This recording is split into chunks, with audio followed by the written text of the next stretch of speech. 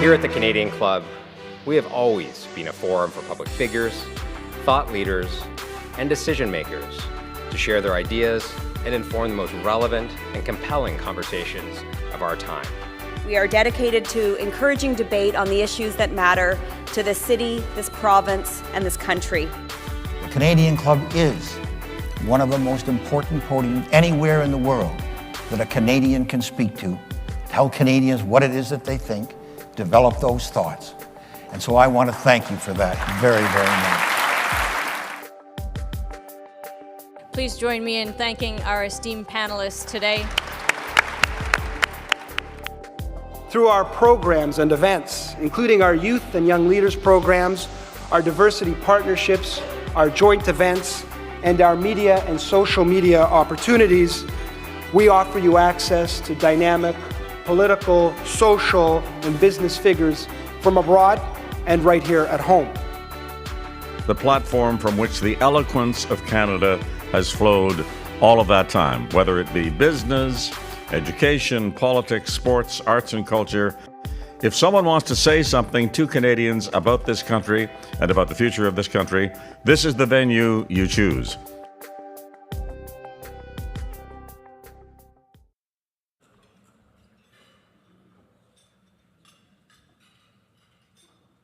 Well, good afternoon, Canadian Club members and guests. It is great to see all of you. I hope that you enjoyed your meals, and certainly judging from the banter and the buzz I felt in the room, you were reconnecting with some old friends and also making friends with new ones as well.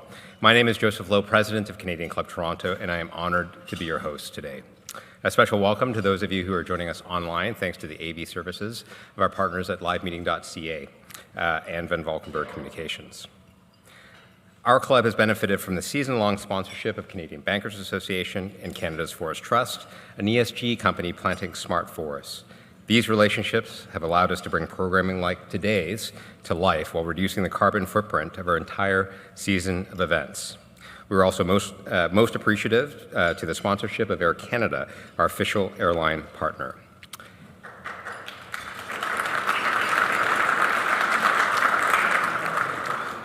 With a spirit of leadership and learning central to our purpose, let me also welcome the students and young leaders joining us today from Toronto Metropolitan University. Welcome. It's great to have you amongst us. Canada and the UAE are among the largest global energy producers and energy technology leaders in the world. How can this important bilateral relationship be further harnessed to address important issues, including climate change? What questions might you have for our panel today? I invite you to find the Q&A cards that you'll see at your tables, write on them, and we will get them to our moderator. And if you're joining us online, you'll see the Submit a Question button on the right-hand side of the screen. You can hit that, and we'll get your questions that way as well. Now, without further ado, it's my pleasure to introduce to you our special guests of the day, as well as our moderator. The Honourable Jean Charest. Jean Charest is CUBC co-chair and a partner at McCarthy Tétrault with a public service career spanning almost 3 decades. He is one of Canada's best-known political figures. As Quebec Premier, his government pushed ahead with major hydroelectric and wind power projects that maintain Quebec's position as the 4th biggest producer of clean and renewable hydroelectric power in the world, followed only after only China, Brazil, and the United States. Mr. Charest led numerous economic missions in emerging economies, including China, India, Russia, and Brazil. He has been a panelist at the World Economic Forum in Davos, including issues ranging from environment, climate change, and international trade, to also labor mobility.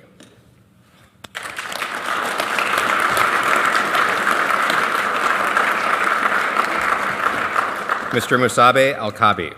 Mr. Al Kaabi is CUBC co-chair and the executive director of Low Carbon Solutions and International Growth Directorate at the Abu Dhabi National Oil Company, or ADNOC. This newly created business directorate is focused on driving investments in new energies and low carbon solutions, as well as international growth in areas such as natural gas, LNG, and chemicals. Mr. Al Kaabi currently serves as chairman of the board of the Mubadala Energy and of Yasat. He also serves on the boards of a number of key organizations in the region, including Masdar, Tabreed, Emirates Global Aluminum, and First Abu Dhabi Bank.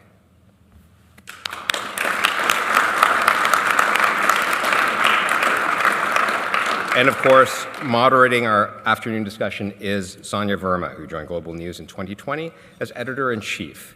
The award-winning and groundbreaking journalist returned from the Middle East to assume her current position. Sonia spent more than 12 years working and living abroad. Mr. Charest, Mr. Al Kaabi, and Ms. Verma, I am pleased to present the Canadian Club Toronto podium to you.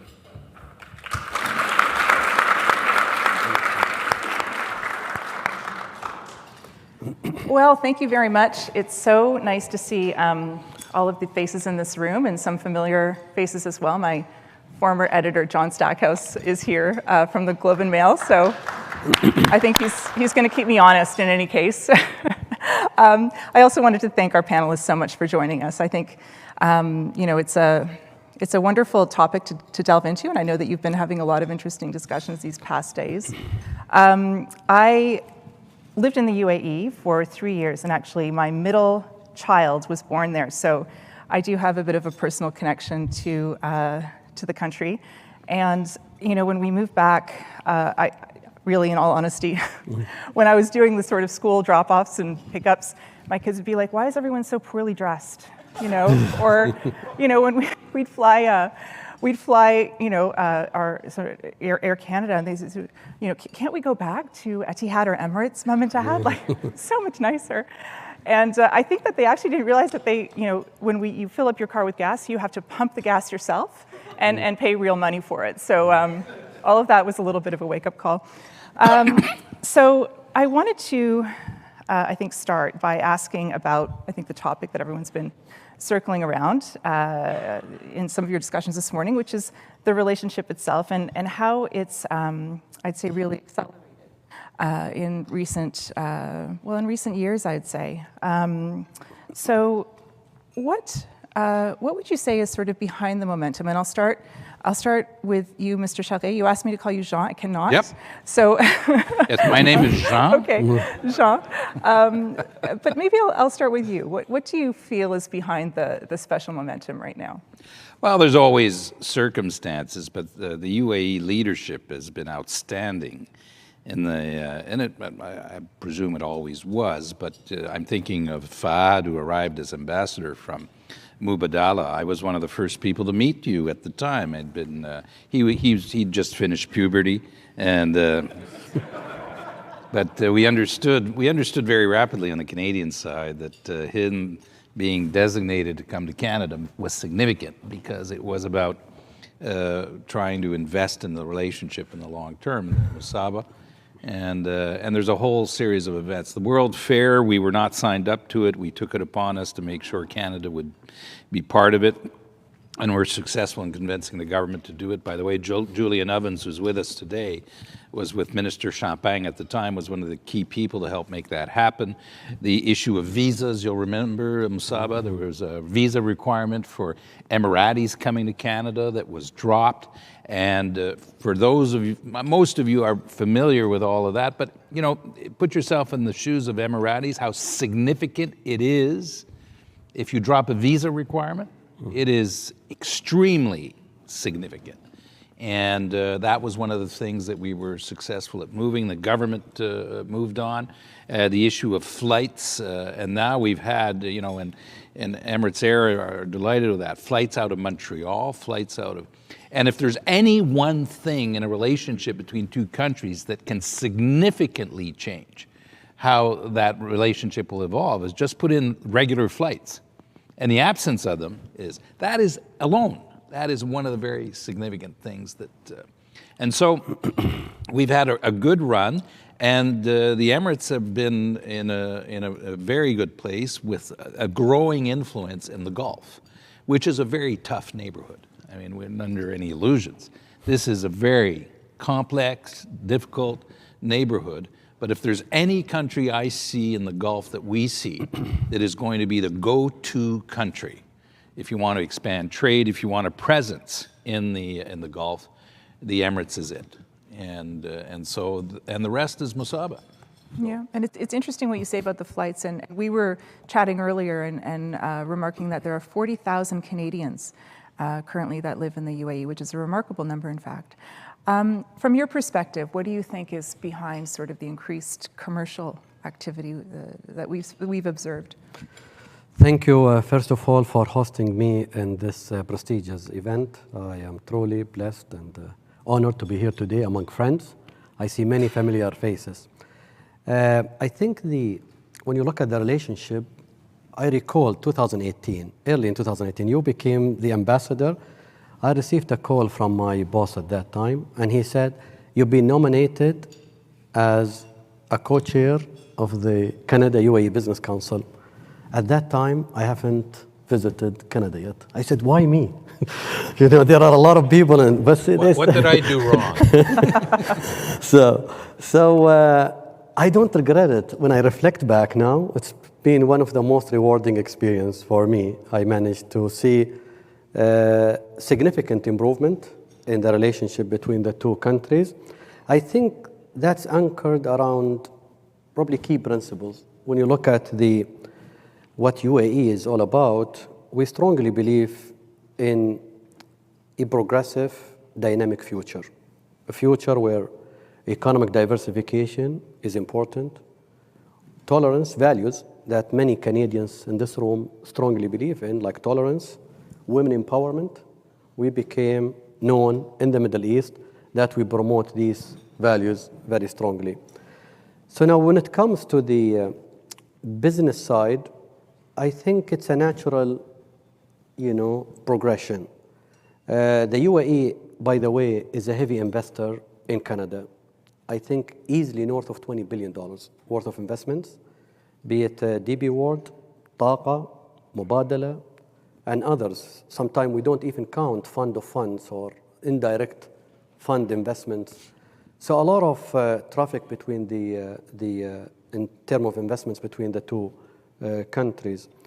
I also, to follow up on what John's highlighted, there were a few key milestones in the relationship, and I'm really glad. I remember last year we worked with the embassies very closely, and in some of the meetings I kept reminding our colleagues in Canada is that UAE, or Canada, is the only country of the G20 with no daily flights to the UAE.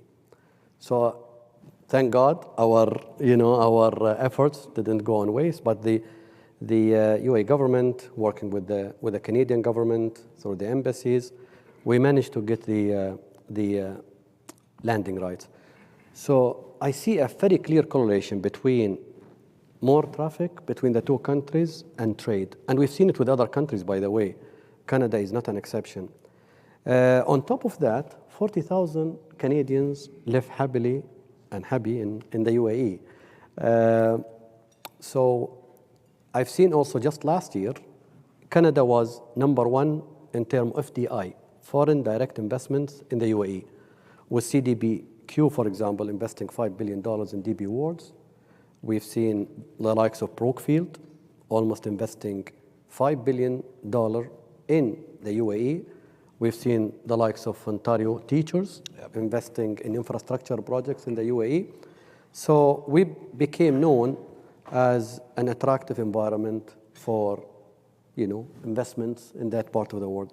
And we're glad also to consistently scoring that we're, the true trade partners of Canada in the Middle East. And looking forward to increase that trade balance. I think the businesses in UAE are also motivated to work with businesses here in Canada. And I see very similar agenda items. When you look at Canada and the UAE, we're blessed with natural resources. So Canada, you guys are under the impression that UAE produce more oil than Canada, but I can tell you, no. Canada is producing more oil, by the way. I think 3.7 million here in Canada. We're around 3.2 million barrels of oil per day. And we both believe that oil and gas will play a role. It's a transition going forward. So there will be a role for oil and gas, regardless of what the projection you see. By 2050, there will be a significant energy supply coming from oil and gas. Our view is very, very simple. We think the oil and gas maintain a very high efficient source of energy. I think the emission is the issue, and that's where UAE and Canada could play a role. in identifying the right technologies to mitigate emissions and keep that energy source as efficient as possible until we find an alternative in the far future. But based on math, physics, I think it will remain in the mix. So a lot of common, I would say, commercial and economic interest between the two countries. And in this energy transition, I think there will be more opportunities to collaborate, especially in the technology side. Well, I'm glad you raised that because I did want to ask a little bit about energy transition itself and what each country has to learn from the other. So you mentioned a lot of sort of shared values, et cetera, but I think in the relationship there's also learnings from both sides. So Jean, maybe I'll ask you, first of all, what do you feel Canada we're can learn both from UAE? middle power countries in a very different environment than the other. As I mentioned earlier, the Middle East is a whole other world, but one in which Canada has not had as strong a presence as we should.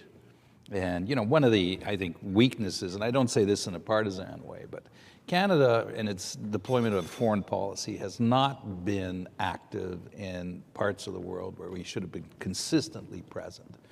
And so in the case of the UAE, and you look at the makeup of the economy, as Musabbeh is indicated, energy is a big part of what their economy is about. So it is, and carbon, for us. We're both facing the transition. And as we look ahead, and there's the COP28 that's going to be happening end of November and December, which is going to be an extremely important event for the world. Chaired by a country which produces carbon, chaired by someone who has been in the industry, poses a very real question by hosting the COP about what is the role of a country like Canada and a country like the UAE who produces carbon. And I'm of the school who believes we are not going to get to zero emissions in 2050 unless these countries and the companies involved are at the table. It's not going to happen. And that's Jeff Steiner, who was the... I'm glad you applauded Jeff. Jeff, we mentioned the relation. Jeff was the person that was my predecessor and who did a lot of the legwork that has built the relationship today. So thank you, Jeff. So these are the things that we have in common. So as we enter into the COP, there's going to be opportunities for us to work together on common projects, to share expertise. There's one very beautiful project that I can talk about it freely. I'm not involved, the CHG project, which is a satellite company that has deployed 9 satellites in the world. That's objective is to identify methane emissions from the energy sector. And we're hoping that that'll be one of the common projects that we can develop with the UAE and Canada as we come out of this. We met this morning with the folks from the Ontario government, Minister Todd Smith, Minister, was it Kapiri? And we were very impressed by what Ontario is doing now for critical minerals and the nuclear space, which is of common interest. So here are things that we should be working on together. Thank you. And what about yourself? Talk to us about some of the sort of concrete opportunities that you foresee around energy transition, climate action even. Let me highlight quickly the history of the UAE in terms of embracing sustainability. We became the first company as ADNOC in the Middle East to embrace a new technology at that time called LNG, liquefied natural gas. It was a very nascent in 1973, by the way. We took that decision in 1973. The project became operational in 1977. So it had, and it still has, a positive impact in terms of reducing CO2 emission in the supply side and also in the demand side. So we partnered with Japan to supply them with LNG in 1977. So just think about the net impact of reducing the emission from gas flaring at that time. By the way, in the 70s, it was very common for oil producers to flare gas. We decided early in our operation, no, that's not acceptable, and we need to do something about it. By the way, at that time, we invited some of the international energy companies, but consistently we received one answer: no, it's not commercially viable. Yet, the leadership at that time and the company decided to go ahead because it's the right thing to do and to show strong commitment to the sustainability. We also were the first country in the Middle East. In 2006, we built or incubated a company called Mastar. Mastar is a renewable energy company platform in Abu Dhabi. Today, a capacity of 23 gigawatt. By 2030, we're going to 100 gigawatt. I remember in 2006, people were almost making jokes about Abu Dhabi building a renewable energy company, an oil producer country with no need for renewable, and you are blessed with natural gas. Why would you go for renewables? But again, it's a reflection of the conviction of the leadership.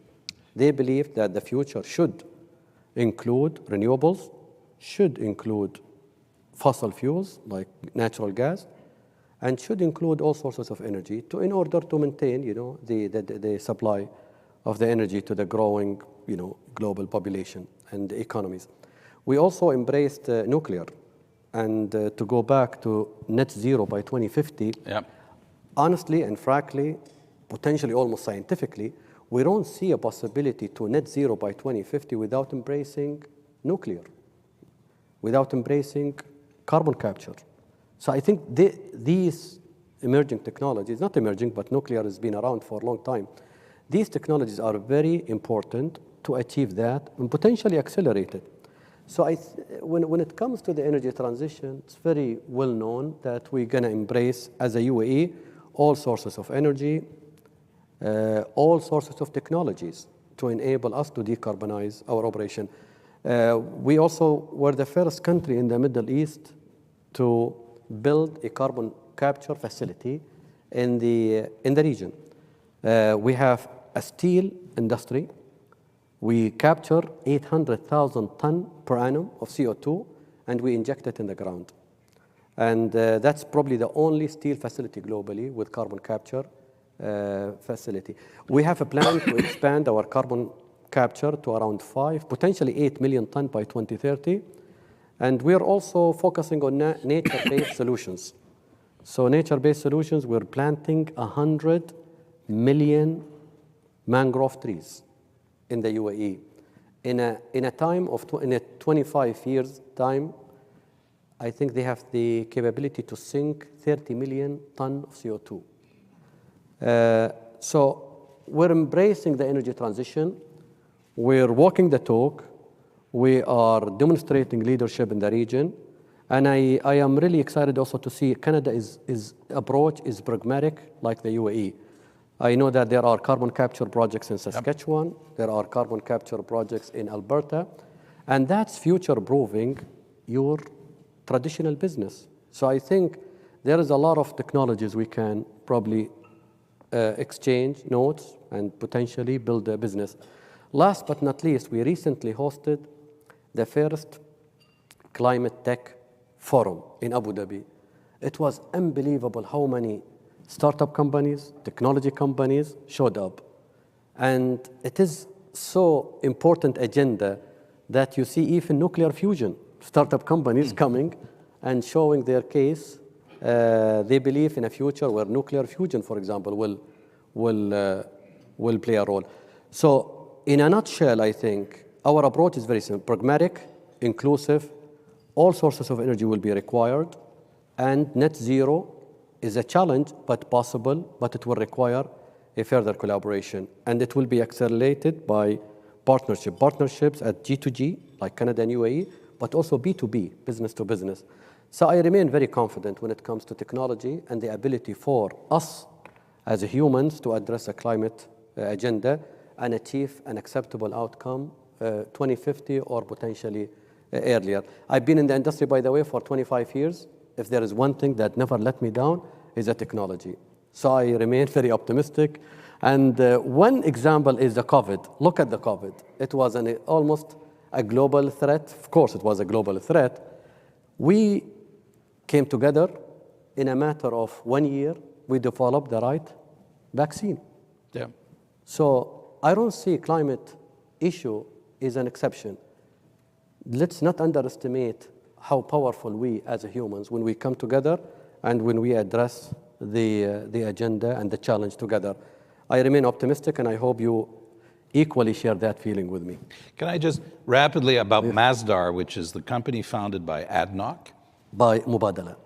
Mubadala. Yes, at that. But was it not Al Jabbar who was involved? Dr. Sultan was the founding CEO of the company. And he's the one who's going to be running the COP. Yeah. I think you've invested in 40 countries, $30 billion. It's a huge amount. Yep. So going to 100 giga. By the way, when you see the president of COP28 president designate, his entire history is all about sustainability, building a renewable energy company, being the special climate or climate special envoy to the UAE. He attended many COPs. It's only in the last 5-6 years he was given the responsibility to manage a traditional energy company like ADNOC with a clear mandate of transforming, decarbonizing, and future-proofing the business. So I think that's his track record is very well known. And climate change is such a serious issue that out of the 100 million mangrove trees they're going to plant, a lot of them will be in northern Ontario. if we don't get onto this issue very rapidly. All right. You have your own nature-based solution. We have our own trees.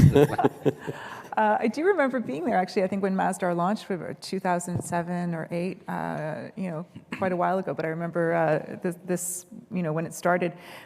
We have some questions from the audience, and I'd encourage you to fill out your form if you have something that you would like me to ask. The first question that we have is, what impact are the Abraham Accords having on the region, and what should Canada be doing to take advantage of this new relationship? Look, the Abraham Accords, for those of you who are less familiar, is an accord that was negotiated between the Emirates and Israel, and a first in the region, to which subsequently Bahrain joined, Morocco, I think, also joined. And as we mentioned earlier, this is a very complex neighborhood. The Abraham Accords are extremely significant in terms of not just the diplomatic and people-to-people relationship, but also the commercial relationships within the whole Middle East, and with Israel in particular. And when it was signed, I know that on the Canadian side, there was a lot of interest by Canadian businesses to be able to be part of this new dynamic that is developing and has developed between the UAE and Israel. Economic, tourist exchanges, it is a game changer in terms of both the politics and the economy of the Middle East. Yeah. I think when it comes to the Abrahamic Accord, again, it's anchored around a strong conviction by the leadership is that they see a future of the Middle East where we promote the tolerance in the region. And I think the region has seen a long history, or not a nice history, I would say. And the future we think and we try to promote is very progressive future. So it's anchored around that principle. By the way, I had the pleasure of interacting with our new friends, the Israelis, and I led one of the big transactions where we acquired almost 22% of an interest in offshore gas field. And that gas field is very interesting because it is an offshore gas field in Israel supplying the gas market to the gas market for power generation in Israel, but supplying Jordan and supplying Egypt, and you have a UAE as an investor. So it's called Tamar. Like I joked with my colleagues from Israel. I said, let's call it a peace field. But it's interesting what I think this relationship offers also. Two economies are driven by also focusing on technology. So I'm truly impressed with the startup ecosystem in Israel. And by the way, we're building similar ecosystem in Abu Dhabi. There is a place in Abu Dhabi called Hub 71. By the way, I've seen 1 or 2 Canadian startup companies choosing Hub 71 in Abu Dhabi as their destination. And the same, we see a very functioning startup and technology ecosystem in Israel. I also seen many Israeli companies moving to Dubai, and some of them to get access to regional markets, to Asia. So it looks like the agreement so far is very rewarding. And we hope to see more alignment in the Middle East where we focus on peace and tolerance. Curious about these 40,000 Canadians and what they're doing and sort of how you've seen that Canadian presence evolve, sort of, I suppose, business-wise, investment-wise, and also forward-looking in the future. So where do you feel Canada and Canadians, and how are they kind of contributing specifically? They're playing a major role in the economy. 40,000 Canadians, as you mentioned, but 200 Canadian companies. It's unbelievable also how UAE offers a great platform for many Canadian companies to do business in UAE, but also to do business in the region. And you know, everywhere you go in any sector, you see our Canadian friends, including in ADNOC. We have a lot of bright, smart Canadians working with us.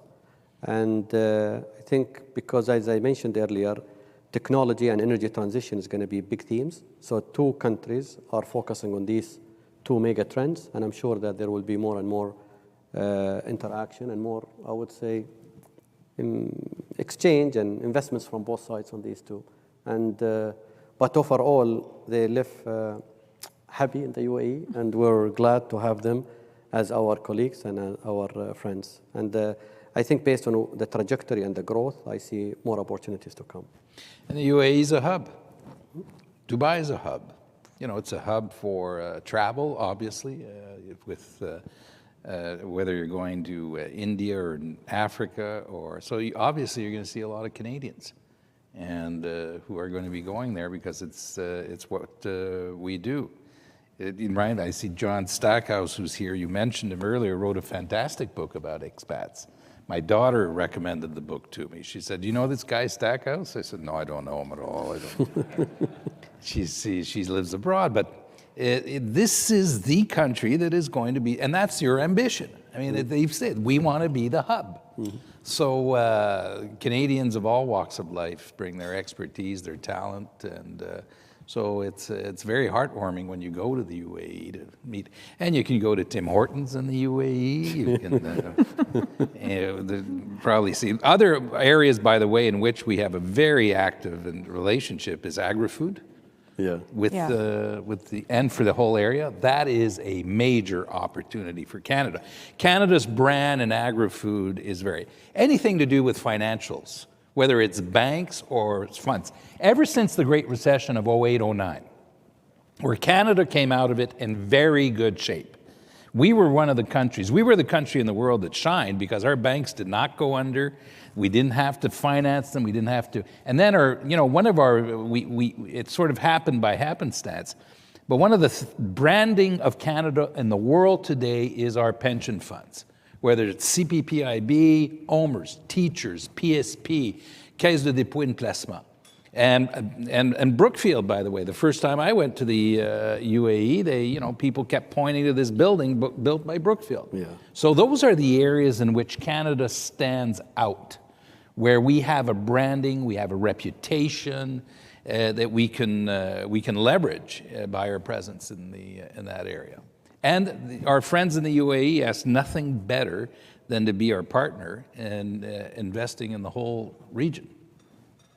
Yeah, thank you for that. I was surprised when I read that Canada is the largest merchandise exporter, but it's some of those other other aspects as well of export that you're talking about in terms of financial investment and et cetera.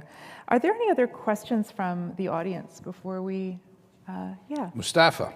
And maybe if you could just stand up and introduce yourself. You do, yeah, you do.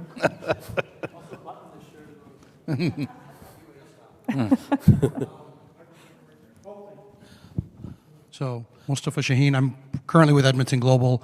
I was a past president of the Canada-UAE Business Council, worked very closely with Jeffrey Steiner in the early days, so it's an honor to see how far this has come. I just wanted you to maybe give a comment on the recent announcement that our ambassadors worked very hard on a relationship and association between the pension funds and the sovereign funds, and how you think that could further impact the bilateral trade and investments between the countries and the sectors where there could be the greatest opportunities. Thank you, Mustafa. I'll go first. What we're seeing as the position of the pension funds evolve in the world, sovereign funds for certain countries, pension funds for Canada, is a lot more of these funds who are doing cross investments. So Mubaddala will invest with CPDQ, or ADIA will invest with. And so that, for us, presents a major, major opportunity. And the world is not an easy place in which to go. You may have seen CPDQ recently was in the news, who are retrenching from China. The geopolitics is going to play a role in terms of your ability to be present in certain markets. So this is a great partnering opportunity for us. We could not think of a better partner with whom to associate than Mubaddala or ADIA or GIC. And Mustafa, thank you also for what you've done. Also, Scott Jolliffe is with us today. He's the chair of the Canada-Arab Council, with whom we worked, and you put on an event last week. So our associations have a very close relationship also in that respect. So everyone, all hands on deck for the. But you were at Mubaddala. Yeah, I was with Mubaddala for 10 years. Until they fired him in September. Yeah. So 10 years, and the sovereign wealth fund, especially Mubaddala, I think we're taking different approach, very progressive sovereign wealth fund, focusing on, let me call them slightly higher risk, but very high reward sectors. So the investments are focused on life sciences, technology, and now even part of it would be the energy transition. And what you see is in Canada, there is a very interesting technology ecosystem. When you look at the AI, the emergence of AI, and the fact that many Canadian startup companies are, active in this space, that offers a very good, investment opportunities for sovereign wealth funds. In the life sciences, we also we know that Canada is very, very active, and there will be an area of collaboration. But on the sovereign wealth fund, because I think the numbers are slightly misleading, what these sovereign wealth funds do, they invest in funds. And these funds invest in Canada. So on numbers, you don't see, for example, a UAE investments. But in reality, there is a lot of investments coming from the UAE and from the Middle East, potentially here in Canada, through big funds that we deal with. So I think the role of sovereign wealth funds like Mubaddala is going to grow as well. We in ADNOC as well, very active in the energy transition. So we're investing in technologies that will enable us to decarbonize our operation. So I think what we discussed this morning about SMRs is very relevant to us. We recently managed to connect all the ADNOC onshore and offshore production to the grid. We tap into nuclear and solar. And that entitles us now to be one of the lowest, if not the lowest, carbon footprint per barrel globally. And that trend will accelerate. But we need more of SMRs, more of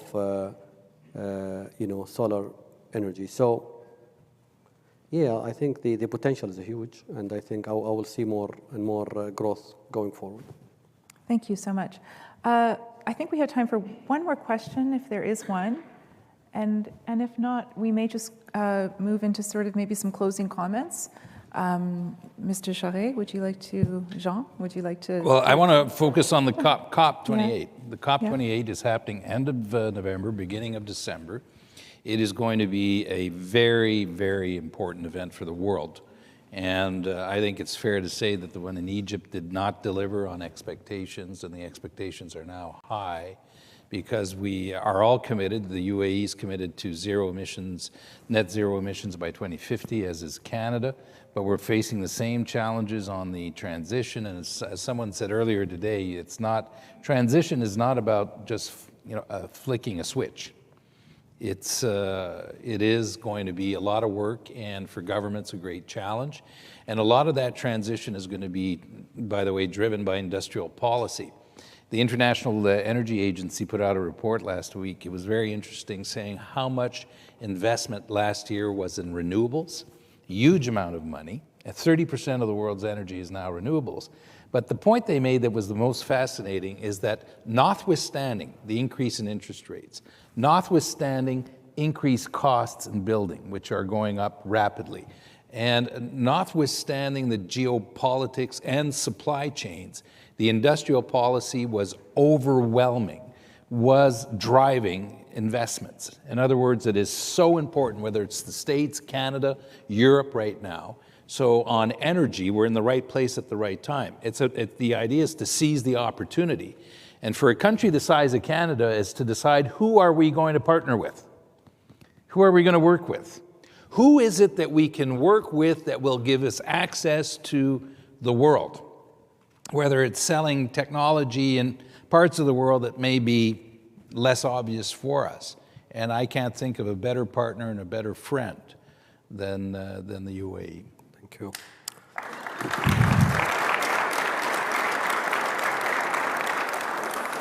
Mr. Al Kaabi. Yeah, I just want to conclude also by saying that COP28 is going to be a very important milestone, and it's going to be COP for all and an inclusive COP.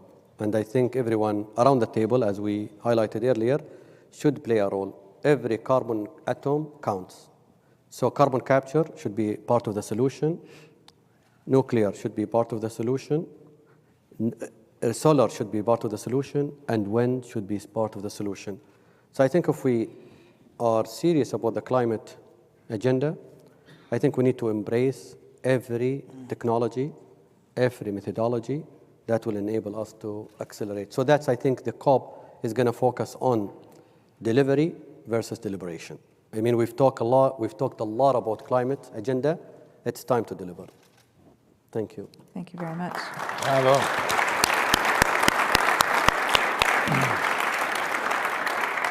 Well, thank you both for such a frank and interesting discussion. I learned a lot, and I'm sure that everyone else did as well. I'll throw it back to Joe. Thank you so much, Sonia. Mr. Charest, Mr. Al Kaabi, on behalf of Canadian Club, the Canadian Club, our members and our guests, thank you so much for your frank and insightful remarks today. I had 3 takeaways of my own. First, that the common interests shared by Canada and the UAE are really indisputable, giving us much to build upon leading into COP28, as you said, Mr. Charest. Second, that technology, be it nuclear, carbon capture, renewables, even fossil fuels, are really the key enablers of a carbon neutral future for our children and our grandchildren. And then number 3, and I think this was said at the top, but I think really kind of set the stage for us, that the foundation of shared values such as tolerance, empowerment, progressivity, and diversity are really optimistic tenets upon which we can build a future as 2 great countries working together. So thank you so much to both of you, and thank you so much to you, Sonia, for your expert moderation of our conversation today. Members and guests, as we conclude, I'd like to tell you about a few of our upcoming in-person events that will serve as capstones to an incredibly successful 2022-2023 season here at the Canadian Club. Tomorrow, Tuesday, June 6th, the U.S. Ambassador to Canada, David L. Cohen, will join us in conversation with Rita Treicher from the Globe and Mail.